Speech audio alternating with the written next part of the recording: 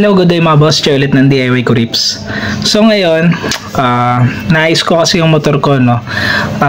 Kasama doon sa pag-aayos ko is yung pag-aayos ko rin nung dual camera dun sa motor. So meron tayong camera sa harap, meron rin tayong camera sa likod. Saan ba magandang ipwesto yung camera, no? Dati naggawa na ako ng video kung saan maganda ipwesto yung camera sa harap, no. So ito pakita ko sa inyo. Yan. Dito siya. So parang nagmukha lang siyang built-in. Yan. So binutas ko siya, tapos konting tabas-tabas. Hindi man siya talaga 0-0 yung clearance, ano, pero mukha siyang built-in. Yan. Ito, kailangan nyo talaga itong tabasin dito, pababa. Para yung pinaka-video nyo, hindi tatamaan yung plastic dito. Kasi pagka hindi nyo to binutas, may tendency na mahagip nung pinaka-camera yung plastic trim dito. So kailangan yung tabasan. Yan, papaganyan. So, yan. Yung pinaka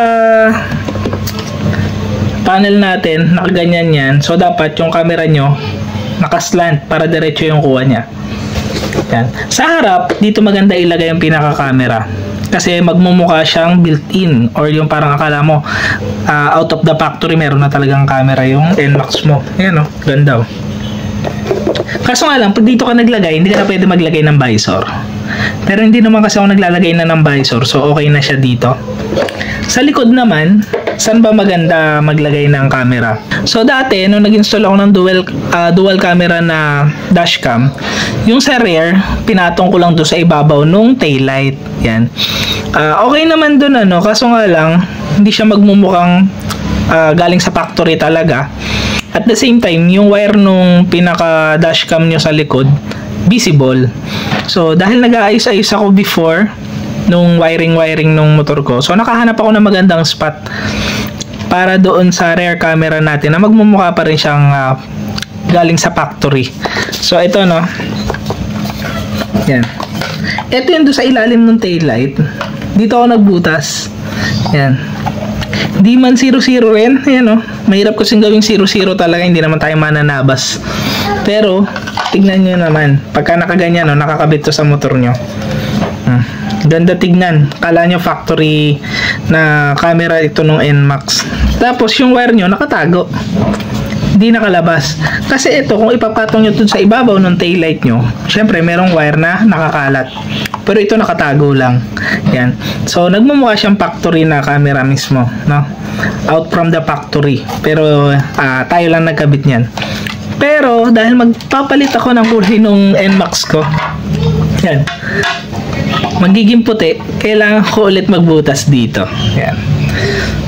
So, ang gagawin nyo, no, pagka maglalagay kayo dito sa likod, titignan nyo to, kailangan may proper spacing kasi isusuksok nyo dito yung pinaka taillight lens nyo. So dapat banda baba nyo ikakabit yung pinaka camera. Hindi nyo pwedeng iangat dito kasi hindi nyo maisasaksak yung taillight lens nyo. Yan. Kaya kung mapapansin nyo to, no, yan, no, may spacing. Dapat nga ito medyo ibaba ko pa ng konti kasi medyo sumasabit pa rin pagka pinapasok ko yung taillight lens. Pero since na magbubutas tayo ng bago, yan, so medyo i-adjust ko na rin siya. Tapos lalagyan nyo na lang siya ng glue stick. Yan, gamitan nyo ng glue gun. Yan. So matagal na to, no, hindi to natatanggal, matibay. So ang gagawin ko ngayon, magbubutas ako ngayon dito. Lagi nyo tatandaan, no, ito is parang nakaslant to doon sa motor nyo, nakaganyan.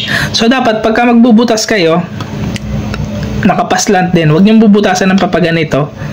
Yan, mali yan. Dahil ito nakaslant, tapos gusto nyo yung camera nyo is nakadiretso papaganon, dapat pagka nagbutas kayo, papaganito din. Para talagang naka-straight yung camera nyo. Kasi pagka papaganito nyo siya binutasan, yung camera nyo patutok sa baba. Yan. So ito, bubutasan ko na muna. Mahirap lang kasi mag-video habang nagbubutas. Tapos papakita ko sa inyo, no, kung ano yung magiging itsura nya.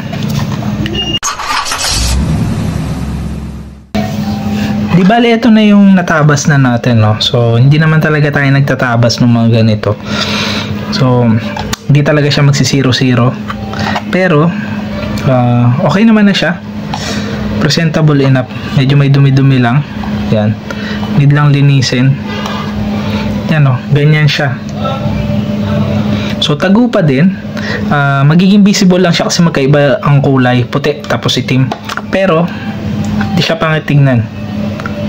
Yan o.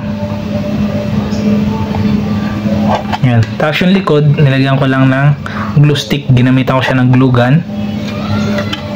Yan. Pero hindi na pangit tignan. Pwede na. Yan o. Hindi na masama. Compared dun sa nakapatong siya dun sa ibabaw ng taillight nyo. Yan. Tapos nakalawit yung wire. At least to ganito. Tinanggal ko lang yung pinaka bracket na ito kasi may bracket to eh. Tapos ay yung i-screw nyo or ididikit nyo dun sa mga pagkakabitan nyo. Pero ito, ginawa ko, tinanggal ko na yung pinaka bracket. Yan. Sinuot ko na lang.